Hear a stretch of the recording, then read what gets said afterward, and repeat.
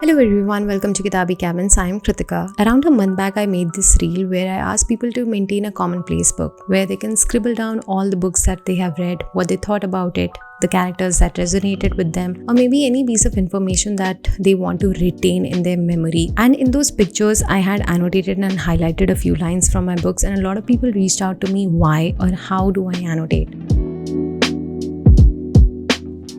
There are 4 categories where I divide all this process. The first one is why. The answer to why is simple because I want to revisit what I've read. I do not reread the complete book, but I do go back to certain lines or paragraphs or even chapters sometimes. And I need to know what line was it that I want to go back to.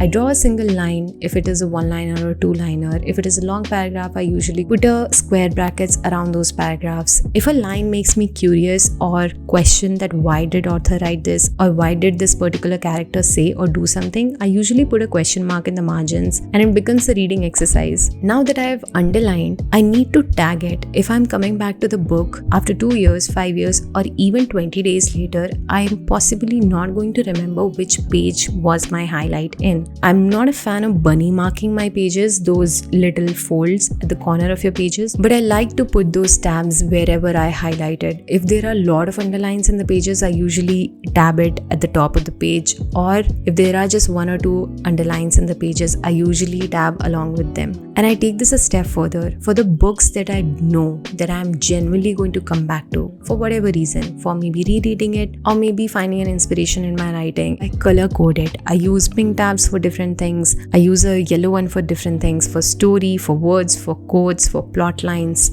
etc, etc. Not everyone has to do that. It's just something that I do because it genuinely makes it so easier for me. Now the third part is I keep a piece of paper which I also use as a bookmark, and on one side of it I keep notes of all the recommendations that are hidden in the book. Maybe a music album, a song, an artist, a piece of cartoon, or another book that the character in the book is reading. I just note them down and it serves as a rabbit hole thing. Once the book is finished, it makes me feel connected to the character and I keep on lingering onto them even when I've finished reading the book. On the other side of the paper comes a fourth part where I write down all the words and the phrases that I do not know the meaning of. I'm not someone who is going to search for the meaning of the words as soon as I read them. So I usually write them down, and once I'm done with the reading for the day, I look up to the meaning. I jot down a few sentences on how I'm going to use them later in a conversation. I don't usually, but it doesn't hurt to learn. It's a very simple exercise. It doesn't demand too much of your time, and I have curated my reading habits in a way that it doesn't get difficult for me to annotate things. I keep those tabs, pen, and that piece of paper as a bookmark so I can carry them anywhere. They're not heavy. They do not make